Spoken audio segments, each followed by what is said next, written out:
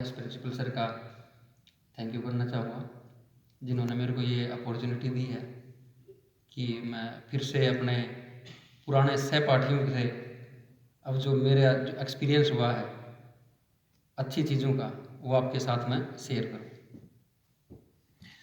तो dear students, NSS volunteers का main मकसद, जैसे सर ने बताया है आपको, अलग अलग डिपार्टमेंट, हर तरह की जानकारी होगी। क्यों? एनएसएस वॉलंटियर का भी एक ये उद्देश्य होता है कि वो भी आगे जाके समाज में अच्छी चीज़ें सीख के अपने समाज को अच्छी चीज़ें बताए और उसको सही रास्ते पे चलाने का काम करें। तो आज हम जिस टॉपिक पे चर्चा कर रहे हैं वही शुरुआत करेंगे। आज का हमारा टॉपिक है ऑनलाइन बैंकिंग। आज के दिन हमारी जो जीवन शैली है वो एक तेज गति से चलने वाली जीवन शैली है। उसमें हमें ऑनलाइन बैंकिंग की बहुत ज़्यादा जरूरत है। हमारे पास इतना समय नहीं है कि हम बैंक में हर रोज जाएं, अपना बैलेंस पूछें, हर रोज जाएं, स्टेटमेंट निकालें। आज थोड़ा सा ट्रांसफ़र फंड करना है, उसके लिए बैंक जाएं, तो हमारा बहुत सारा समय उसमें व्यतीत होता है। तो इसको देखते हुए बैंक ने, आरबीआई ने, हर बैंकों ने ऑनलाइन बैंकिंग की फैसिलिटी दी है। सबसे पहले हमारे जो डाटा ऑपरेटर हैं, अगर हमारे पास 4G नहीं होता तो हमारी ऑनलाइन बैंकिंग भी कोई काम की नहीं थी। वो शुरू हुआ। उसके बाद बैंकिंग ने, पहले जब से 4G नहीं था तो बैंक ने जल्दी सुविधा प्रदान करने के लिए एसएमएस की फैसिलिटी दी थी। आप एसएमएस भेजो, आपके पास बैलेंस कितना है आपके अकाउंट में आ जाएगा। आप एसएमएस भेजो, अकाउंट नंबर और आगे ई स्टेटमेंट लिख के उससे आपकी स्टेटमेंट आ जाएगी। लेकिन अब जबकि 4G का समय है और 5G भी ऑलमोस्ट लगभग आने वाला है, तो उससे इतनी सुविधा प्रदान नहीं हो पाती थी एसएमएस से। तो भी ऑनलाइन बैंकिंग में क्या क्या नई नई चीज़ें बैंक ने नई शुरू कर रखी हैं जो आपको फैसिलिटी दे सकती हैं, जो आपके भी काम आएंगी। आप आपके फैमिली में बता सकते हैं, आप अपने दोस्तों को बता सकते हैं, उनके बारे में भी चर्चा करेंगे। तो सबसे पहले है ऑनलाइन बैंकिंग में आपका अकाउंट ओपन हो गया। अकाउंट ओपन के साथ आपको एटीएम की बहुत ज़रूरत है। अगर आपके पास एटीएम है, अकाउंट ओपन हो गया, सभी के पास मोबाइल नंबर है, मोबाइल नंबर रजिस्टर्ड मैंडेटरी है अगर आप ऑनलाइन बैंकिंग करेंगे तो। तीनों चीज़ होने के बाद आप सबसे पहले नेट बैंकिंग पे आ जाओ। नेट बैंकिंग सबसे ब्रॉड चीज़ है, उसके बाद उसके छोटे छोटे जो अलग और हैं वो मैं आपको बताऊंगा। तो आप सभी पढ़े लिखे हैं। नेट बैंकिंग, बैंक में जाने की जरूरत नहीं है। आपको नेट बैंकिंग लेनी है तो आप पीएनबी की साइट पे जाइए। पीएनबी की नहीं, मैं आपके सभी बैंकों की बताता हूँ कि ऑलमोस्ट इन ऑल बैंक्स यही है। आप उनकी साइट पे जाइए, रजिस्टर न्यू यूज़र कीजिए। न्यू यूज़र रजिस्टर करेंगे, उसमें आपका अकाउंट नंबर मांगता है। अकाउंट नंबर के बाद आपका जो डेबिट कार्ड का 16 डिजिट का नंबर होता है वो मांगता है, और उसके बाद उसका सीवीवी नंबर होता है डेबिट कार्ड के बैक साइड में, वो सीवीवी नंबर मांगता है। और फिर आपके पास ओटीपी आएगा। ये फ्रॉड और ऑनलाइन बैंकिंग का दोनों का मेलजोल एक साथ, एडवांटेजेस भी हैं लेकिन डिसएडवांटेजेस भी हैं। तो आपके पास ओटीपी आएगा। जब अगर आपके पास ओटीपी ना आए तो आप उसमें आपका एटीएम का पासवर्ड मत डालिएगा। आपके पास ओटीपी आएगा, फिर उसमें ओटीपी डालेंगे, फिर आप एटीएम का पासवर्ड डालेंगे, फिर आप वहाँ पे यूज़र अपना लॉगिन और ट्रांजैक्शन दोनों पासवर्ड बना सकते हैं। वहाँ आपके इंटरनेट बैंकिंग पे दोनों पासवर्ड जनरेट हो गए, आपको बैंक जाने की जरूरत नहीं पड़ी, इंटरनेट बैंकिंग आपकी चालू हो गई है। तो ऑनलाइन बैंकिंग का कितना बेनिफिट हो गया। फिर उसके बाद इंटरनेट बैंकिंग आप लॉगिन करेंगे तो उसमें वो आपको पासवर्ड जनरेट कर लोगे आप। 10 आपसे वो 15 या 20 या अलग से क्वेश्चन देगा। What is your favourite colour, who was your best teacher, इस तरह से 10 या 20 आपको क्वेश्चन देगा, उसमें से आप 10 क्वेश्चन कोई भी चूज करके उसमें आंसर लिख देंगे। ये है सिक्योरिटी मेजर्स जो इंटरनेट बैंकिंग को चलाने के लिए आपके काम आएंगे, लेकिन हम उसको ऐसे ही भर देते हैं, फिर सोचते हैं कि ये तो कोई काम के नहीं है। सिक्योरिटी क्वेश्चंस भर देंगे 10। उसके बाद एक फ्रेज लिखना होता है, कोई भी phrase, I like my this book या फिर दिस कंटेंट, कुछ भी अपना एक फ्रेज लिखना होता है। और एक हमें पिक, कोई भी उसमें से अलग अलग कोई पेड़ की अलग अलग तरह की कोई पिक होती हैं, उसमें से एक पिक सेलेक्ट करनी होती है। तो जब भी आप इंटरनेट बैंकिंग की साइट पे जाएंगे, तो जैसे pnbnet.in है पीएनबी की, तो उस पर जाएंगे तो कई बार क्या होता है, साथ में मैं इसका वो फ्रॉड वाला भी साथ ही कवर कर लेता हूँ, साथ आ जाएगा इसमें। आप जब पीएनबी की नेट बैंकिंग की मोस्टली क्या करते हैं, हम सिर्फ गूगल करते हैं, साइट कोई नहीं लिखता है, www से साइट नहीं लिखता, क्या करेंगे, सीधा गूगल करेंगे पीएनबी नेट बैंकिंग। तो उसमें क्या होता है, जो फ्रॉड स्टार होते हैं वो कई बार क्या करते हैं कि अपना सॉफ्टवेयर के थ्रू सबसे ऊपर वाला जो लिंक आएगा पीएनबी नेट बैंकिंग का, वो पीएनबी नेट बैंकिंग का नहीं, बल्कि वो उनका सॉफ्टवेयर द्वारा बनाया गया दूसरा यूजर होगा, दूसरी साइट होगी।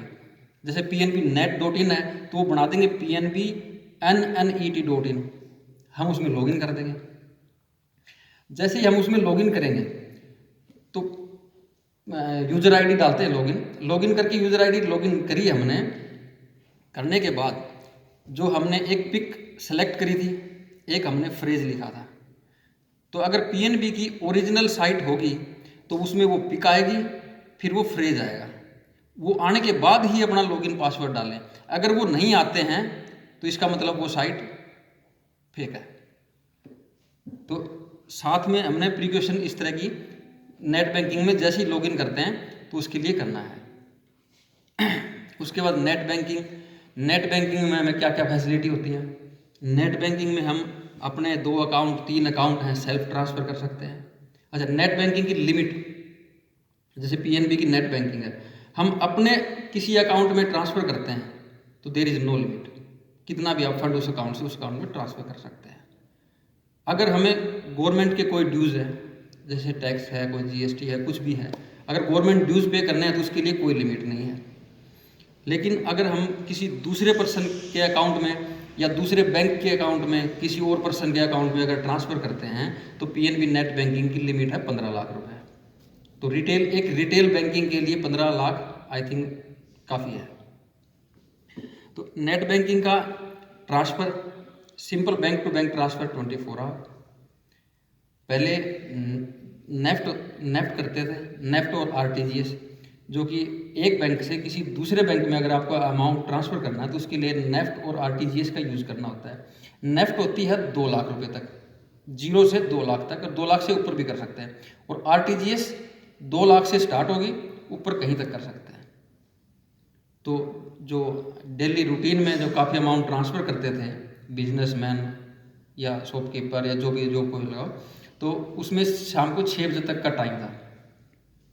तो कई बार होता है बिजनेसमैन को रात को 11 बजे भी पेमेंट करनी पड़ती है। आजकल बिजनेसमैन और जो मेहनत वाले हैं वो कहाँ सोते हैं, 2 घंटे सोते हैं, रात को भी काम करते हैं, दिन में काम करते हैं, शाम को अकाउंटेंट वाले के साथ बैठ के वो भी करते हैं।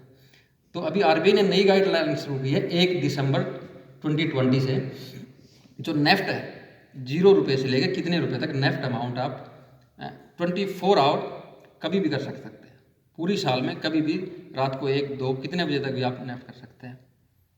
अगर रात को जैसे हमारा कोई मित्र है दूर गया हुआ है, यूपीआई भीम है, ये जो भी है, इससे इतना अमाउंट ट्रांसफ़र नहीं होता है। कहीं दूर किसी मित्र को ज़रूरत पड़ गई, हॉस्पिटल में है, कहीं है, तो पहले शाम को 6 बजे के बाद इतना अमाउंट हम ट्रांसफ़र नहीं कर पाते थे। अभी हम उसके पास नेफ्ट करेंगे, जितना मर्जी की ज़रूरत है उतना ही कर सकते हैं। कितना बेनिफिट हुआ। अगर उसको अर्जेंट में ज़रूरत है, अर्जेंसी में इतने रुपये वो उसके पास है नहीं, हम बेंगलोर बैठे हैं, अगर हमारे पास वहाँ से यहाँ किसी अमाउंट मंगा है तो वह नेफ्ट का फ़ायदा। अब 24 आवर कर दी तो और ज़्यादा बेनिफिट हो गया।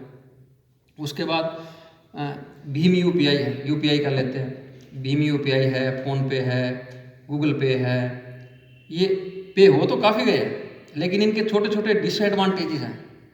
जो हमारे रूरल एरियाज है, इसमें हम समझते हैं कि हम नॉलेज वाले बंदे हैं, लेकिन हम कहीं ना कहीं मात खा जाते हैं। आज सुबह रियली बता रहा हूँ, काफ़ी आते हैं केसेस इस तरह से। उसने फ़ोन पे डाउनलोड कर रखा था, उसके पास वो ट्रांसपोर्ट में काम करता था हैदराबाद, तो ये अभी घर आया हुआ था। वो मेरे पास आके बोला, सर मेरे पैसे कट गए, 25,000 एक कट गए और 3,000 एक रुपये का, 3,000 एक कट गया। तो चाहे पैसे हमारे पास कितने ही हो, अगर नाजायज़ 1 रुपये भी कहीं जाता है तो वो हमें दर्द होता है। मैंने उनको बोला, आपने कुछ ना कुछ गलती करी होगी, नहीं तो बैंक के पास हमारा बैंक का 8 लाख करोड़ का बिजनेस है, तो फिर तो सारे वैसे चले जाएंगे, लेकिन आपने कहीं गलती करी। बोला हाँ सर, मेरे पास फ़ोन आया था, उन्होंने बोला कि मैं आपका वो ट्रांसपोर्ट में साथ काम करता था वो हूँ, और मैंने किसी को हॉस्पिटल में भर्ती है, मेरे को 50,000 रुपये उसको ट्रांसफ़र करने थे, मेरे अकाउंट से ट्रांसफ़र नहीं हो रहे, आप अपने अकाउंट से ट्रांसफ़र कर दो, मैं आपके अकाउंट में ट्रांसफ़र कर देता हूँ। और 5 मिनट बाद बोला उसको, मैंने आपके अकाउंट में ट्रांसफ़र कर दिए, आप उसके खाते में कर दो ट्रांसफ़र। तो उसको बैलेंस देखना नहीं आता बेचारे को, उसने सोचा इसने कर दिए होंगे। तो फिर इसमें क्या है, यूपीआई जो भी लगा लो, ये सारे में एक हर में यूपीआई काम आता है, फ़ोन पे, भीम, गूगल पे। एक होता है सेंड मनी, एक होता है कलेक्ट मनी।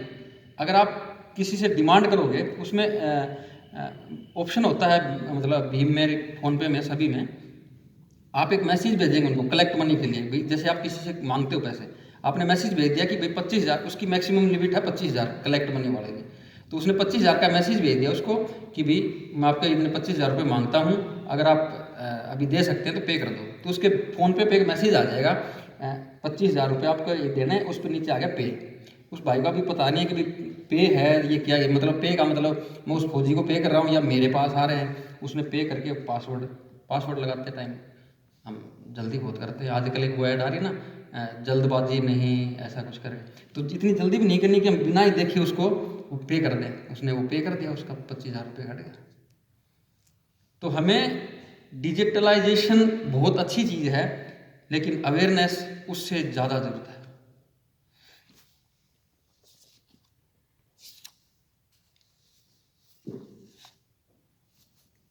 अच्छा, इसके बाद भीम, जो पीएनबी की भीम की है साइट, उस पर आप किसी भी तरह के सभी बैंकों से आपस में सारे अपने अकाउंट ऐड कर सकते हैं, किसी में ट्रांसफ़र कर सकते हैं। उसकी ट्रांजैक्शन का अमाउंट ये है, एक बार में आप 25,000 रुपये ट्रांजैक्शन कर सकते हैं मैक्सिमम, वीक में 2 लाख, और पर मंथ होगी आपकी 10 लाख रुपये, ये आप ट्रांसफ़र कर सकते हैं। अच्छा, ऑनलाइन बैंकिंग का, हाँ, एटीएम आया है, लेकिन कोशिश की है गवर्नमेंट ने भी, बैंकिंग ने भी, कि भी हर इंसान तक एटीएम भी पहुँचे, ऑनलाइन बैंकिंग भी पहुँचे, लेकिन उतनी अवेयरनेस है नहीं, और वो परेशानी में आ जाते हैं। एटीएम दे देते हैं, अभी कई बार होता है और वो पैसे वापस भी नहीं आते हैं। एटीएम यूज़ करते हैं हर बार, जब कोई भी बैंक या गवर्नमेंट किसी भी फ्रॉड को रोकने के लिए उसका कोई उपाय सोचती है, तो फ्रॉड स्टार उससे 2 कदम आगे चल के नए तरीके से अपना कोई ना कोई फ्रॉड का तरीका ढूंढ लेता है। बैंक के अंदर क्या होता है, जब एटीएम कार्ड लगाते हैं तो उसके ऊपर उसी तरह का ग्रीन कुछ कवर और लगाते देते थे। जब हम उसमें एटीएम कार्ड डालते हैं तो वो उसके अंदर वो चिप लगाई होती है उनकी, वो अपना एटीएम का जो डाटा है वो सारा स्कैन कर लेता है। एक छोटा सा कैमरा लगा देते हैं, जब हम पिन डाल देते हैं तो पिन उससे देख लेते हैं। फिर जैसे ही होटल की होती है, जस्ट लाइक एटीएम होती है, वो डाला अपना लैपटॉप में और उसको एटीएम बनाया, पासवर्ड वहाँ से देख लिया, और उससे वो नया अपना फेक बनाया एटीएम, और उससे वो ट्रांजैक्शन करने लग गए थे।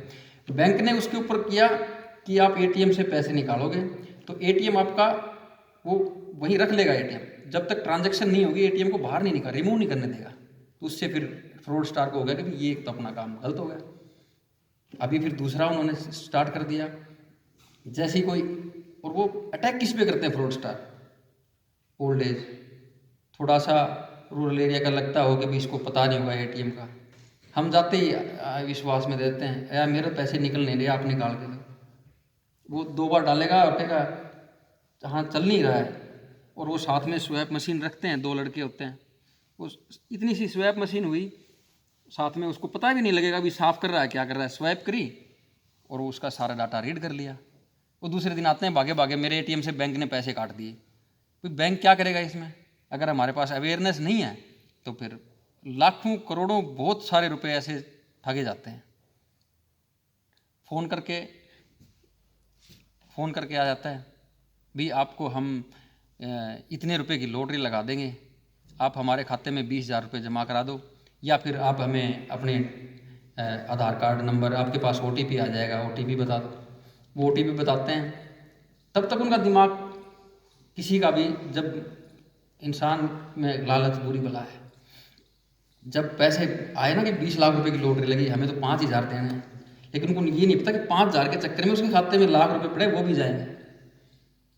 वो उसको OTP बता देते हैं कि भैया आपके पास OTP आया है, वो बता दो हमें।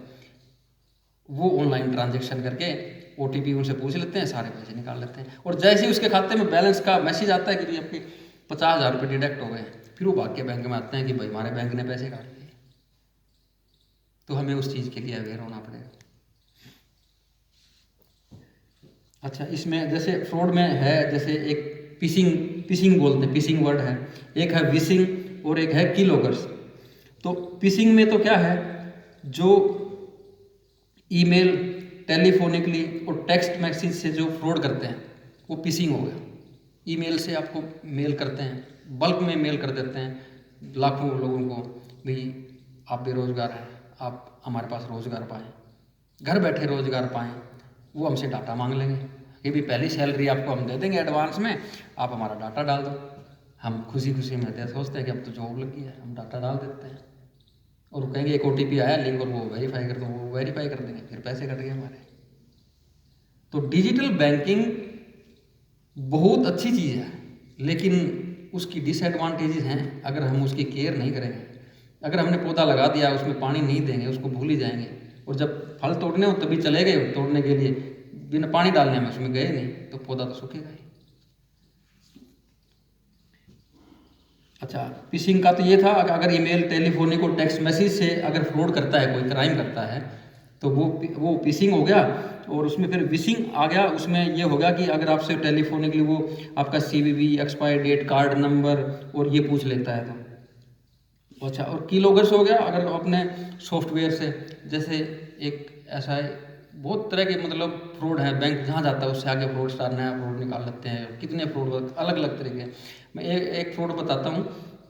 जैसे कई बार होता है, हम कोई भी चीज़ हुई, हम सीधा टोल फ्री नंबर ढूंढते हैं, बैंकों में तो खासकर उसकी कंप्लेंट करने के लिए ढूंढते हैं, बाकी डिपार्टमेंट में तो अलग इन्फॉर्मेशन के लिए ढूंढते हैं, उसका टोल फ्री नंबर ढूंढते हैं। टोल फ्री नंबर देखा, लेकिन वो हमसे आगे रहते हैं। वो क्या करते हैं, जैसे ही सर्च इंजन में जाएंगे, वो सबसे ऊपर टोल फ्री नंबर बैंक का नहीं, या फिर जिस चीज़ का देख रहे हैं हम उसका नहीं, वो अपना खुद का टोल फ्री नंबर कोई अलग से उसमें ऐड कर देते हैं।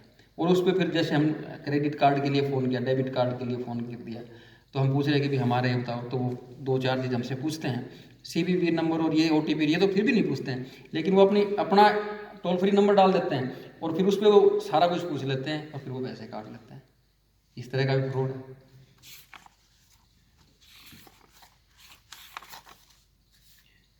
और भीम UPI का आपको बता ही दिया है। क्रेडिट कार्ड या डेबिट कार्ड ये ऑनलाइन में नहीं आएगा। जैसे हम पेट्रोल पंप पे करते हैं, गाड़ी लेके गए, हम क्रेडिट कार्ड दिया उसको, 2 लाख रुपए का क्रेडिट कार्ड है, थोड़ा सा शीशा नीचे गया, अभी 5,000 का तेल डाला, आप डिडक्ट कर लो, ये है मेरा OTP है। वो नई मशीन से जाके कार्ड स्वैप कर लिया, आपकी क्रेडिट कार्ड की डिटेल भी स्वैप कर लेगा, 5,000 और फालतू निकाल लिए उसमें, या फिर जितने मर्जी निकाल लिए। हम उस पर बिल्कुल ध्यान नहीं देते हैं।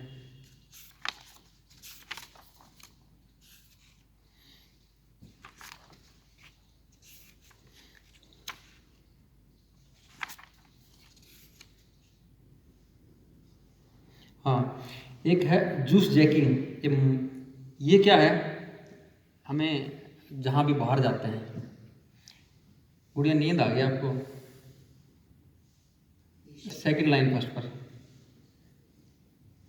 NSS और NCC, मैंने NCC की है, HAU से पास आउट हो, अभी की थी, है ना। लेकिन हम तो NCC में तो बड़े अलर्ट रहते हैं, NSS वाले पता नहीं, तो अवेयरनेस दूसरों में पहुँचाते हैं आप, ऐसे मत।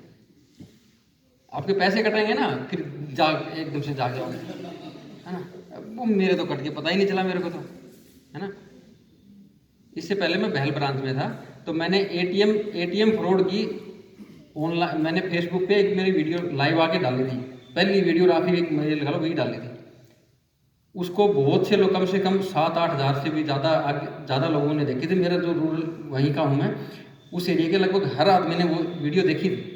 उसके बावजूद एक गांव के बंदे के पैसे ऐसे इस तरह से उसी रूटीन से उसी तरह से पैसे कट गए। फिर वो मेरे पास आया, बोला ऐसे ऐसे पैसे कट गए। मैं यार तो मैंने वीडियो बनाई थी। बोले यार मैंने वीडियो तो देखी थी लेकिन उस टाइम मेरे याद नहीं था। तो अलर्ट रहो, अलर्ट की बात कर रहे हैं आप, ऐसे भी अलर्ट नहीं रहते। हाँ, ये जूस जैकिंग वाला था, बीच में रहेगा, ये टॉपिक भी रह जाता है आपके चक्कर में, सभी का रह जाता है। अच्छा, इसमें क्या होता है, जहाँ गए बाहर घूमने के लिए जाते हैं या कहीं दूसरे स्टेशन पे जाते हैं, रेलवे स्टेशन पे हुआ, एयरपोर्ट पे हुआ, हमारे लिए चार्जिंग पॉइंट लगा होता है, तो हम उसमें चार्ज बिना ही देखे लगा देते हैं चार्जिंग का। लेकिन उसमें उनका सॉफ्टवेयर होता है मोबाइल का, कि वो हमारे मोबाइल के अंदर जितने डाटा हैं वो सारे रीड कर सकता है। तो हमें उस तरह से बचना चाहिए। हमें कहीं अननोन जगह पे अपना कोई भी मोबाइल रिचार्ज ऐसा कुछ नहीं करना चाहिए। अच्छा, खासकर आपके लिए फ्रॉड थ्रू फेसबुक मैसेंजर। हमारे पास अच्छी सी फेसबुक रिक्वेस्ट आती है, बड़ी सुंदर सी, हम फटाक से एक्सेप्ट कर लेते हैं। ये तो इंडोनेशिया से है, ये तो रसिया से है, ये तो अमेरिका से है, चलो भी एक्सेप्ट कर लिया है, ठीक है। फिर देखते हैं, अरे यार इसके तो वो दूसरे फ्रेंड्स भी हैं, मेरे साथी, मेरे पास अकेले पास तो आई नहीं। क्यों? फेसबुक से हमारी कितनी चीज़ें हैं जो फेसबुक से वो हमें चीट कर सकते हैं। हमारा मोबाइल नंबर है, हमारा रेजिडेंस है, हमारी डेट ऑफ बर्थ है ना। तो जो स्ट्रेंजर्स हैं उनसे कोई भी सोशल नेटवर्किंग साइट पे कोई फ्रेंड रिक्वेस्ट एक्सेप्ट ना करें। उस पर अपनी जो सोशल साइट है अपनी कोई भी लोकेशन सेंड ना करें। और अपने मोबाइल में, आजकल मोबाइल आने के बाद मतलब हर कोई ज़्यादा ही लेजी होता जा रहा है, पासवर्ड भी याद नहीं रखते, है ना। पासवर्ड भी गूगल गया, सेव पासवर्ड सेव कर दो यार, नेक्स्ट टाइम कौन याद रखेगा, माइंड भी नहीं चलाना पड़ेगा, है ना। और सेव भी कर दिया। लेकिन गूगल भी ये बात मानता है कि जो हमने पासवर्ड सेव किए हैं इतनी सिक्योर नहीं है कि वो सारा कुछ हमारा डाटा सेव कर सकेगा फ्रॉडस्टर से। तो उस पर अपने अकाउंट, अपने जो मोबाइल में जो सारे पासवर्ड सेव कर रखे ना, वो सारे के सारे पासवर्ड चेंज करवाओ। चेंज करके उसको अभी सेव मत करो, उसको याद रखो थोड़ा। आप एक बुक भी पूरी याद करते हो।